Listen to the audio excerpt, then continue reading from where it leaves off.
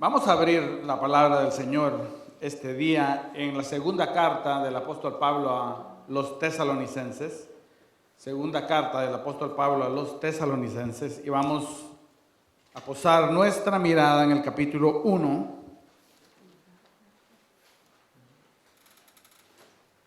Y vamos a leer los versos del 6 al 12. Segunda de Tesalonicenses, versos del 6 al 12. Y la palabra del Señor dice de la siguiente manera: porque es justo delante de Dios pagar con tribulación a los que os atribulan, y a vosotros que sois atribulados, daros reposo con nosotros, cuando se manifieste el Señor Jesús desde el cielo con los ángeles de su poder, en llama de fuego, para dar retribución a los que no conocieron a Dios ni obedecen el evangelio de nuestro Señor Jesucristo, los cuales sufrirán pena de eterna perdición, excluidos de la presencia del Señor y de la gloria de su poder, cuando venga en aquel día para ser glorificado en sus santos y ser admirado en todos los que creyeron, por cuanto nuestro testimonio ha sido creído entre vosotros. Por lo cual, asimismo, oramos siempre por vosotros, para que nuestro Dios os tenga por dignos de su llamamiento y cumpla todo propósito de bondad y toda obra de fe con su poder, para que el nombre de nuestro Señor Jesucristo sea glorificado en vosotros y vosotros en Él, por la gracia de nuestro Dios y del Señor Jesucristo. Amén. Oremos, mis amados. Padre Santo, en esta hora que tu palabra ha sido, Señor, abierta, derrama de tu Espíritu, Señor, de revelación, Señor, de conocimiento, de entendimiento, para que a través de los labios de Señor, este predicador, tu verdad sea explicada, tu Padre Santo, Señor, mente sea, Señor, entendida por nosotros, cada uno de nosotros, y que haya en estos momentos, Padre Santo, la disposición de atender a tu palabra con mansedumbre, que ella haga la obra para la cual la has enviado. Somos dependientes de ti, Señor, dependientes de tu Espíritu, Señor, para predicar con claridad, con sencillez, y para atender también, Señor, con atención. Gracias te damos en el nombre de Jesús. Amén.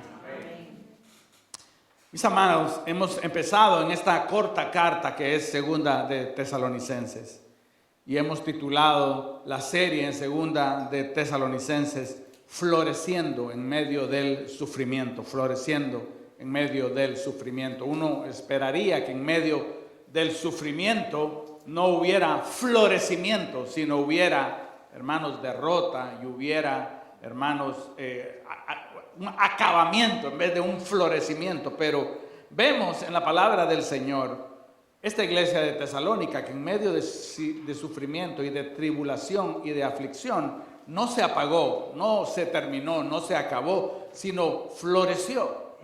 Por eso esta serie se llama Floreciendo en medio del sufrimiento. Ya la primera carta ha sido predicada en nuestra iglesia, y sabemos de la iglesia de Tesalónica, que fue una de las primeras iglesias fundadas en el occidente por el apóstol Pablo y por sus compañeros.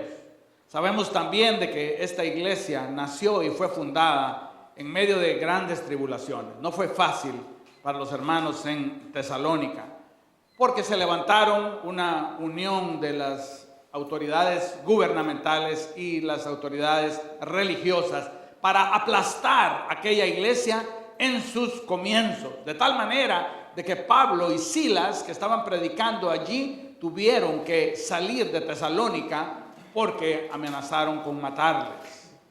Por un espacio de 3 semanas o un mes ellos estuvieron predicando, no mucho tiempo, y luego las autoridades tomaron a los hermanos de la iglesia, algunos de ellos, y los echaron en la cárcel.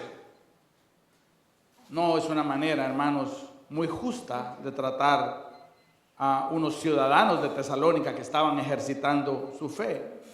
Sin embargo, aquella iglesia no pereció, sino floreció.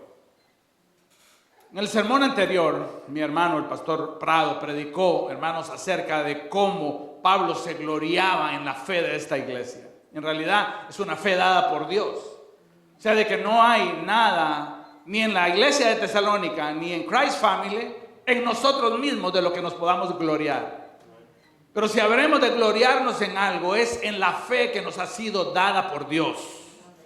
Esa fe que produce frutos de perseverancia, de esperanza, que produce frutos de fe, hermanos, es el único motivo, hermanos, de nuestra gloria. Esta fe que nosotros tenemos en el Hijo de Dios, muerto y resucitado, el único camino a Dios.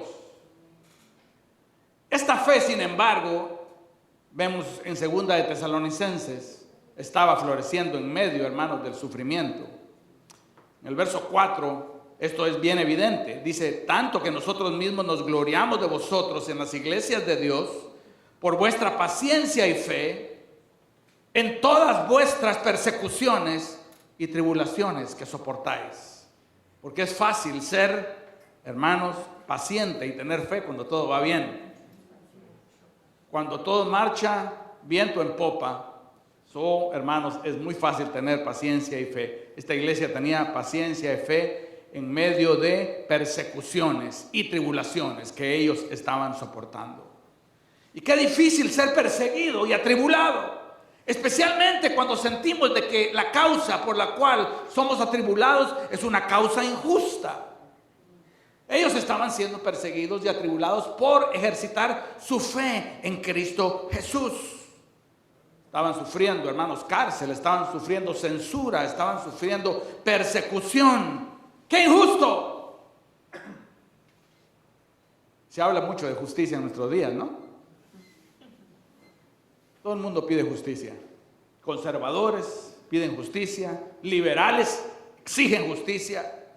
El hombre quiere justicia racial, quiere justicia financiera. El hombre quiere, hermanos, justicia a la hora de las elecciones, ya sea ganó o perdió. El hombre, hermanos, está queriendo, hermanos, hasta que haya justicia en el idioma. El otro día yo oí de que había una propuesta de a la pandemia cambiarle el nombre y ponerle, en vez de pandemia, pandemio. Porque es injusto. Todo el mundo quiere justicia. Y la iglesia de Cristo Jesús está siendo empujada a hablar, a que levanten la voz y que se unan a la narrativa y a las acciones del mundo que buscan justicia, o el fin de lo que ellos dicen es la injusticia. Todo el mundo, hermanos, quiere justicia. ¿Qué es lo que la iglesia debe hacer en medio de estos gritos de justicia? Ahora, hay un problema con los gritos de justicia, de que el Señor dice que no hay justo, ni a un solo uno. Ese es un gran problema. Liberales, conservadores, republicanos, demócratas, occidentales, orientales, religiosos, ateos, agnósticos, todos nos hemos descarriado y delante de los ojos de Dios todos somos injustos. Eso lo dice el libro de Romanos, pastor. No solo el libro de Romanos, toda la Biblia, hermano, afirma esta verdad. No hay justo ni aún uno solo. Y por eso es que nosotros vemos injusticias en todos los niveles. Pero hacemos esta pregunta: a la luz de la injusticia humana, ¿cómo Dios afirma y anima a su pueblo?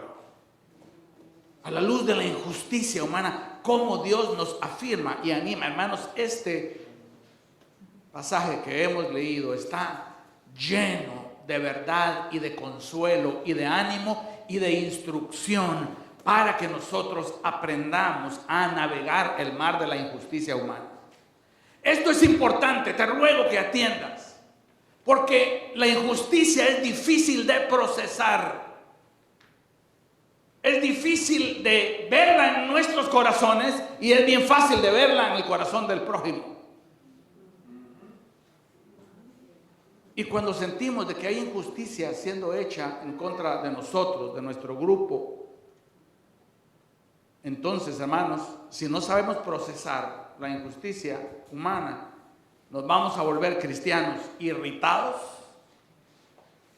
derrotados, frustrados, enojados, beligerantes, y podemos caer en el error de buscar combatir la injusticia a través de medios que Dios no nos ha dado. Es importante, hermanos, que nosotros aprendamos, y a la luz de la injusticia humana es nuestra pregunta clave: ¿cómo Dios afirma y anima a su pueblo? Bueno, lo hace a través de tres verdades. La primera es esta: Dios es el juez justo y Él es el que juzgará todas las cosas. Escucha lo que dice acá el verso 6: porque es justo delante de Dios pagar con tribulación a los que os atribulan, y a vosotros que sois atribulados, daros reposo con nosotros cuando se manifieste el Señor Jesús desde el cielo con los ángeles de su poder. En medio de la injusticia que nosotros vemos en todos lados, hermanos, la primera verdad que debe traer reposo, que debe traer consuelo, que debe traer ánimo a nuestro corazón, es de que Dios es el juez justo y Él es el que juzgará todas las cosas. Dios es el que impartirá justicia. Esto es con el propósito de traer ánimo. Hermanos, a mí me trae ánimo el saber de que Dios es el que va a juzgar todas las cosas. A veces nosotros como iglesia, hermanos, ya sabes cómo se viste un juez, ¿no? Un juez se viste con una sotana y tiene un martillito en la mano, ¿verdad? A veces nosotros queremos quitarle la sotana a Dios.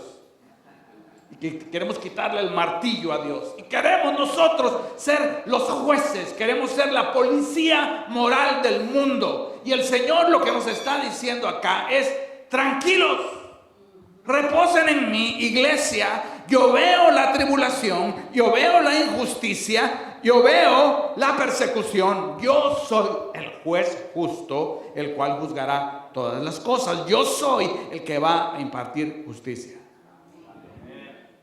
No somos nosotros. Hay un pasaje en el libro de Génesis, cuando el Señor, hermanos, le anuncia a Abraham de que Él va a destruir Sodoma y Gomorra. Y entonces Abraham se llena de angustia. ¿Por qué? Porque ahí vive su sobrino, con su esposa y sus 2 hijos. Y en la mente de Abraham eso no es justo. Y él empieza a negociar con Dios y le dice: no, tú no puedes destruir al justo con los injustos. Mira, si hay 50 justos y los busco y los junto, ¿será que tú vas a detener tu mano de hacer esto? Y luego sigue negociando y baja a 30 y baja a 10, hermano. No había nadie ahí. No había justos en Sodoma y Gomorra. Pero al final, hermanos, de la negociación entre Abraham, hermanos, y Dios viene y le dice algo a Abraham: Abraham, descansa en esta verdad, Abraham. Génesis 18:25. ¿Acaso el juez de toda la tierra no hará lo que es justo? Hermanos, ese es, hermanos, el ánimo que el Señor nos da para que nosotros podamos vivir en medio de la injusticia humana. Es Dios el que va a impartir justicia. Nosotros no somos los jueces, hermanos, de la tierra. Nosotros ciertamente, si empezamos a emitir juicios, nos vamos a equivocar. ¿Sabes por qué? Porque, hermanos, hay injusticia aún en nosotros. Claro que estamos mejor informados e iluminados, hermanos, que el impío, porque Dios ha hecho una obra transformadora y regeneradora en nuestros corazones. Claro que nosotros entendemos el bien y el mal, como el impío que está muerto en sus delitos y pecados no lo entiende. Eso no significa que seamos, hermanos, jueces de nadie.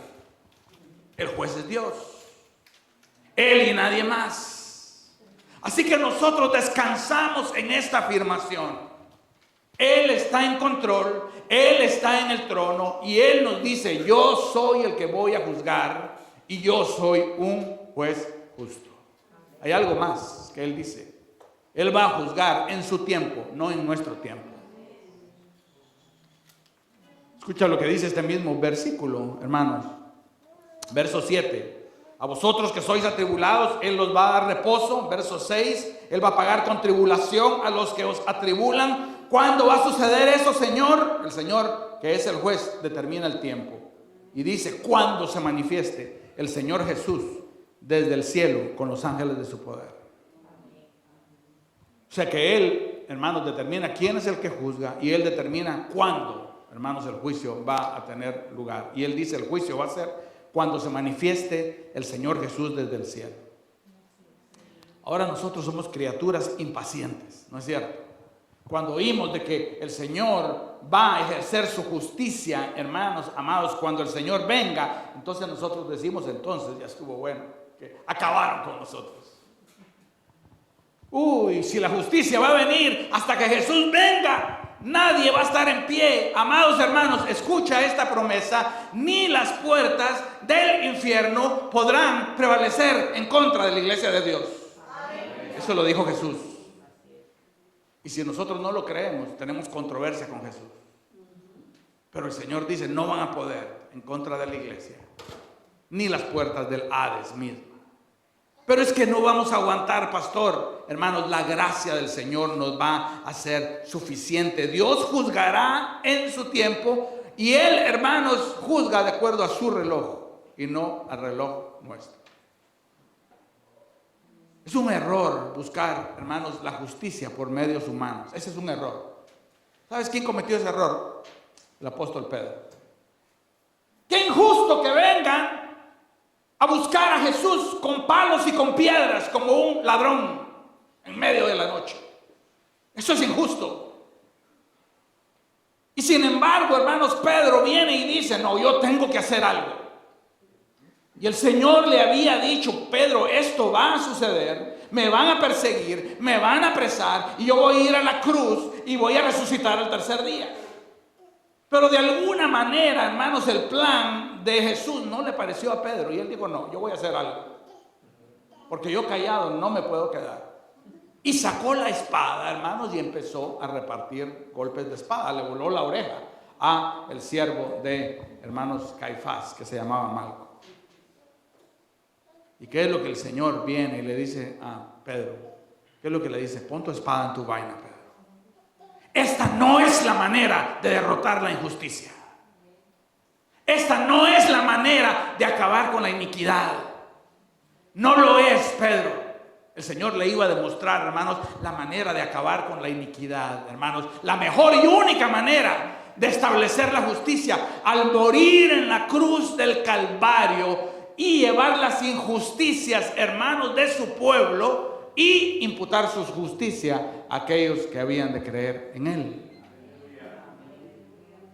Y cuando Pedro viene avergonzado después, entonces el Señor viene, hermanos, no solo a él, sino al resto de los seguidores, les dice, ahora ustedes pueden ser agentes de mi justicia. ¿Saben cómo lo van a hacer? No a través de la espada, sino a través de ¿qué? De ir y predicar el evangelio a toda criatura, porque ese es el poder de Dios para salvar. El Señor tenía entre sus discípulos un discípulo que no se menciona mucho. ¿Han oído hablar alguna vez de Simón Celote? Era uno de los discípulos, ¿no? ¿Sabes quién eran los celotes? Era un grupo de judíos terroristas y guerrilleros. Y los celotes lo que querían era, hermanos, sacarse el yugo romano de arriba. Y lo hacían a través de cometer asesinatos. Y lo hacían a través, hermanos, de atacar casas de gobernantes del gobierno romano y de tratar de provocar cambio a través de esos medios. Pero Simón el celote se dio cuenta de algo, hermanos, de que había un poder mucho más grande, que no iba simplemente a transformar Judea, ni Jerusalén, ni Samaria, sino que había un poder que habría de transformar y sigue transformando el día de hoy al mundo entero. Y ese es el poder del evangelio, no el poder, hermanos, de la justicia humana. Así que es un error buscar la justicia por medios humanos. Es otro error esperar, hermanos, de que este mundo sea un mundo en donde se exhiba la justicia todo el tiempo. Este mundo, hermanos, es un mundo bajo maldición. Lo ha sido, hermanos, desde que nuestros padres pecaron en el Edén. ¿Sabes en dónde está anidada la injusticia? En el corazón del hombre. Ahí es donde está la injusticia, ahí es donde mora. Desde que nacemos hasta que morimos, hermanos, somos injustos. De tal manera, hermanos, que nuestras expectativas de que, hermanos, vivamos en una sociedad justa, las debemos de moderar. Debemos de orar por una sociedad justa. Debemos de votar, hermanos, cuando hayan leyes o se elijan gobernantes que nosotros creamos que apoyen una agenda, hermanos, justa. Pero cuando nosotros veamos la injusticia, no nos sorprendamos. No nos sorprendamos. Porque es un error esperar justicia, hermanos, en este mundo. Vive en el corazón humano la injusticia. Así que Dios viene y dice: yo soy el que voy a juzgar. Yo soy el juez justo. Y lo voy a hacer acuerdo a mi reloj. Y Él lo va a hacer cuando Jesús se manifieste desde el cielo con los ángeles de su poder. Además, Dios viene, hermanos, y nos anima y nos consuela revelando lo siguiente. Dios revela cuál es la raíz de la injusticia y también cuál va a ser la retribución de la injusticia. Él dice en el verso 8 que Él va a venir en llama de fuego para dar retribución. ¿A quiénes? Ahí es donde nosotros nos confundimos. Sí, este grupo político que a mí no me gusta, ahí es donde va a caer la ira de Dios. Hermanos, pero el Señor es bien claro. Porque Él revela la raíz, hermanos, de la injusticia. Y Él dice: Él va a venir en llama de fuego para dar retribución ¿a quiénes? A los que no conocieron a Dios y a los que no obedecen al Evangelio de nuestro Señor Jesucristo.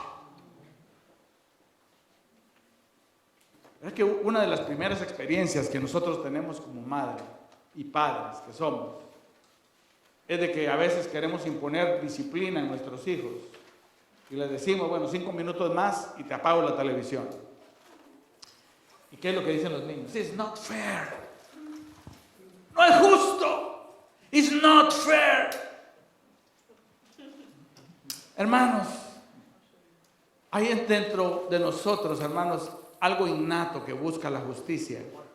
Y sin embargo, hermanos, por el pecado nos cuesta determinar, ponernos de acuerdo acerca de lo que es justo e injusto. Si se encierran, hermanos, aquí 10 o 15 de los que estamos acá para ponernos de acuerdo acerca, hermanos, de lo que es bueno y de lo que es malo, vamos a salir con controversias. Pero no somos nosotros los jueces de la tierra. No somos nosotros, hermanos, los que revelamos lo que justicia e injusticia es. Es Dios. Y Dios dice que injusticia es no conocer a Dios y no obedecer el Evangelio. A nosotros nos gusta escoger ciertos pecados y los señalamos y decimos: no. Esto es lo que Dios va a condenar. Y el Señor viene y dice: yo voy a condenar a los que no me conocieron y a los que no obedecieron el Evangelio de mi Hijo. Así que, hermanos, los clamores por injusticia se hablan y se levantan en contra de muchas cosas, en contra del racismo, en contra del aborto, en contra de quitar las libertades religiosas. Estas son cosas injustas y nos enardecen, hermanos, no nos gustan. Pero Dios, que al fin y al cabo es el juez que va a juzgar todas las cosas, Él nos revela, hermanos, que la injusticia tiene su raíz, hermanos, no en ninguna conducta, sino en el corazón mismo de los hombres. Y esta es la injusticia como vista y juzgada por Dios. Este es el estándar divino de justicia e injusticia. ¿Me conocen? ¿Han obedecido el Evangelio de mi Hijo? Porque, hermanos, toda injusticia se revela en estos corazones que no conocen a Dios. Corazones que no obedecen al Evangelio. Es ahí en donde está el escondite de la injusticia Y por eso es tan difícil, hermanos, de erradicarlo. Ahora nosotros, cuando vemos la injusticia, somos rápidos para condenar. Nosotros somos como Juan y Jacobo. ¿Te acuerdas cuando no recibieron a Jesús en una aldea? Y Juan y Jacobo lo que dijeron es: Señor, haznos un favor, Señor. Danos poder para hacer descender fuego del cielo y acabar con todos los que están acá. Vamos a dar retribución. Querían ser jueces, querían ser jurados y querían ser verdugos ellos también. Y ese es el espíritu, hermanos, que se respira aún en mucho de lo que es el cristianismo. Y el Señor viene y dice: dejen lugar a mi ira, porque yo soy el juez justo. Y yo soy el que voy a juzgar, y lo voy a hacer a mi tiempo. Y esto es lo que yo voy a juzgar: aquel que no me conoce y aquel que no ha conocido mi evangelio. Ahora, ¿cuál es la retribución divina? La retribución divina, hermanos, es terrible. La palabra del Señor dice que el Señor va a venir, dice el verso 8, en llama de fuego, para dar retribución a los que no conocieron a Dios. Y estos van a sufrir pena de eterna perdición y van a estar excluidos de la presencia del Señor y de la gloria de su poder para siempre. O sea que la retribución en contra de la injusticia, hermanos, es terrible, es severa de parte de Dios. Por eso Él es paciente y nos manda a nosotros, hermanos, a predicar el evangelio para que aquellos hermanos que están viviendo en injusticia vengan, hermanos, a los pies de Cristo Jesús y Él les, hermanos, impute su justicia y muera, hermanos, por sus injusticias. De tal manera, hermanos, que la pena es eterna perdición, excluidos de la presencia de Dios para siempre. Ahora escucha la recompensa divina. La recompensa divina. El Señor se va a glorificar en sus santos. ¿Cuántos dicen amén? Amén. Y dice que el Señor va a ser admirado en los que creyeron. No admirado por los que creyeron, eso es verdad. Pero lo que está diciendo aquí de que Él va a ser admirado por la obra, hermanos, que Él ha hecho en los que creyeron, en nosotros. Esa es la recompensa divina. Y esto nos habla, hermanos, que nuestros deseos, nuestros gritos, nuestro clamor por tratar de solucionar los problemas, hermanos, sociales a nuestra manera, está muy lejos, hermanos, de cómo Dios ve la solución de estos problemas sociales.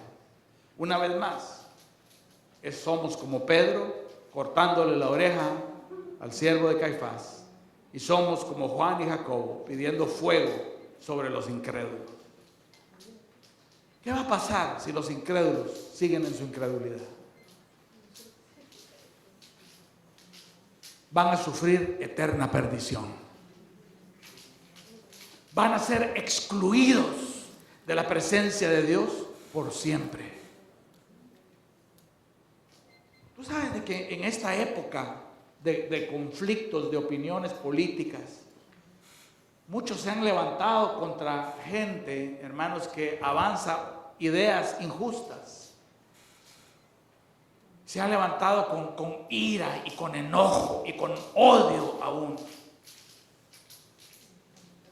Y lo que este pasaje nos enseña, hermanos, es de que si ellos mueren en sus injusticias, el Señor va a venir con llama de fuego y la retribución de las manos de Dios, hermanos, va a ser terrible. Por lo tanto, mientras nosotros estemos vivos, hermanos, más, hermanos, que odiarlos y enojarnos y hablar en contra, hermanos, y llenarnos de rencor, debemos orar, llorar y evangelizarlos.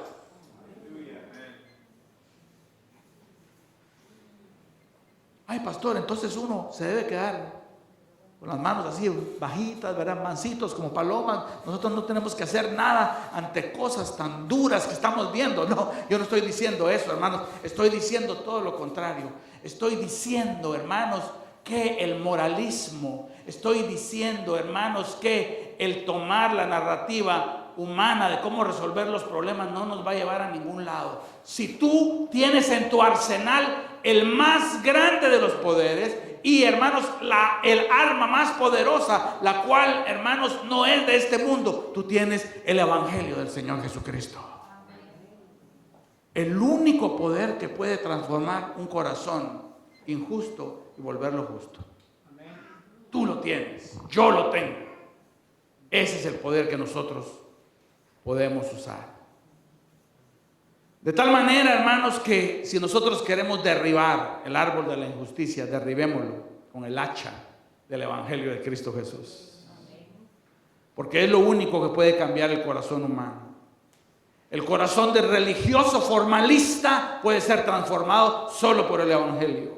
El corazón, hermanos, del perdido racista puede ser transformado solo por el poder del evangelio. El poder, hermanos, del evangelio puede transformar al mentiroso y puede convencer al ateo. Solo el evangelio. Y Jesús le enseña, hermanos, ese camino al apóstol Pedro y nos lo enseña a nosotros cuando dice: ve y predica el evangelio. Una vez más, a la luz de la injusticia humana, como Dios afirma y anima a su pueblo. Dios es el juez justo que juzgará todas las cosas a su tiempo. Dios es el que revela la raíz de la injusticia humana y señala cuál es la retribución. Él dará el pago y también cuál es la recompensa de aquellos que creen. Y en tercer lugar, Dios nos muestra el camino para vivir en medio de la injusticia. Es en medio, hermanos, de una sociedad injusta que nosotros vivimos. Hermanos, debemos de prepararnos para vivir en medio de más injusticias aún. ¿Cuál es el camino que Dios nos muestra en esta jornada, en este viaje hacia la patria celestial, en donde atravesamos por este mundo que es un mundo lleno de injusticia? ¿Cómo el Señor nos ayuda a navegar este mar de injusticia? En primer lugar, nos enseña algo, hermanos. Cristo es nuestra justicia.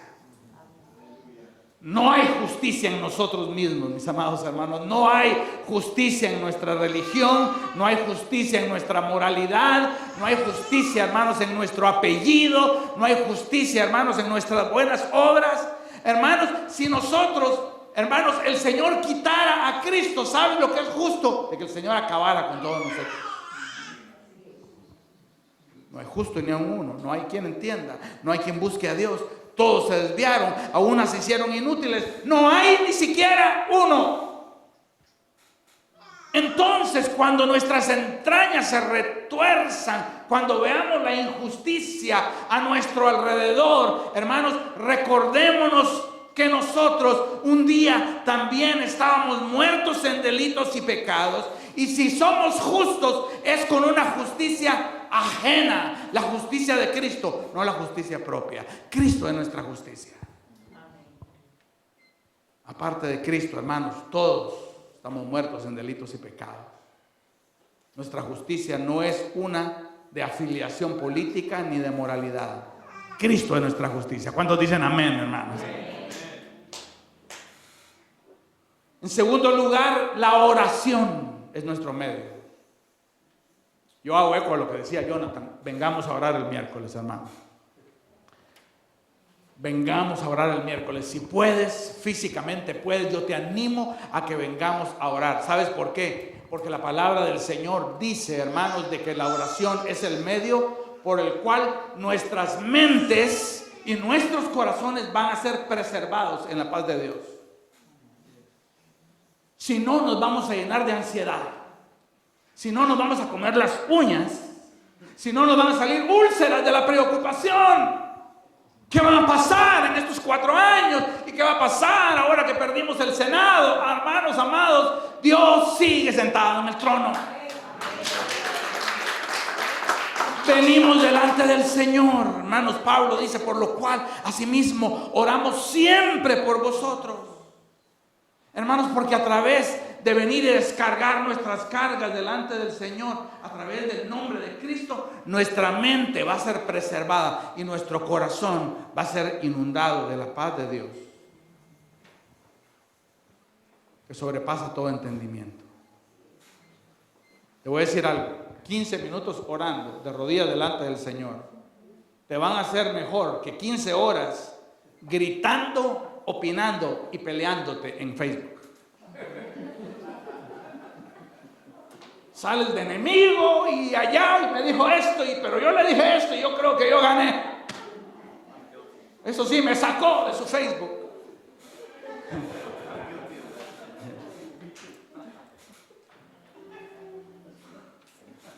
Te sugiero algo más productivo. En medio de la aflicción, hermanos, en medio de la incertidumbre, de lo que va a pasar, de lo que puede pasar, de lo que dicen que va a pasar, hermanos, vengamos delante del Señor y digámosle: Señor, yo soy tuyo, Señor, y dependo absolutamente de ti. Mis tiempos están en tus manos, Señor.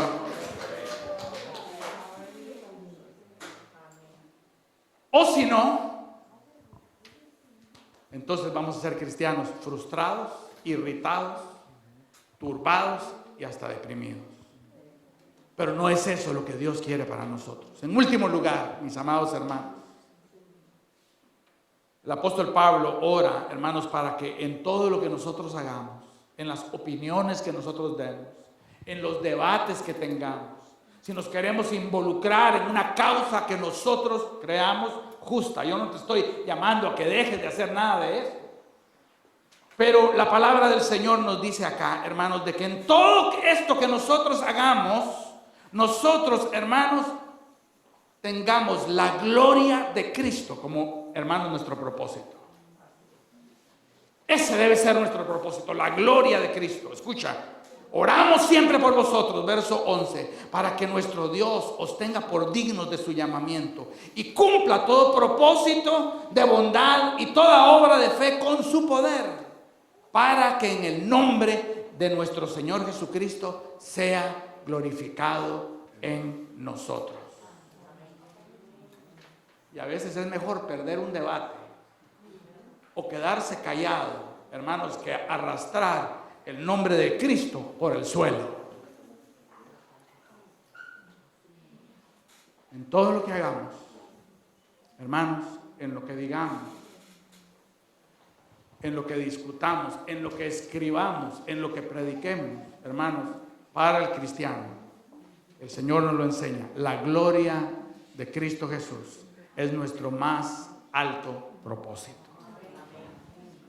Así que cuando la injusticia toque la puerta de tu casa o de nuestra iglesia, los justos van a salir a contestar.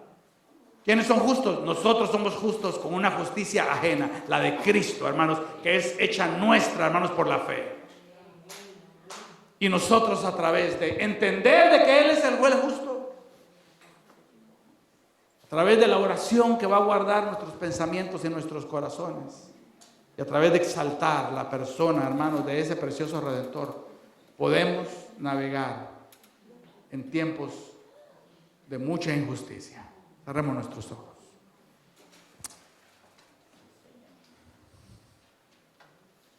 Padre Santo, estamos acá, Señor.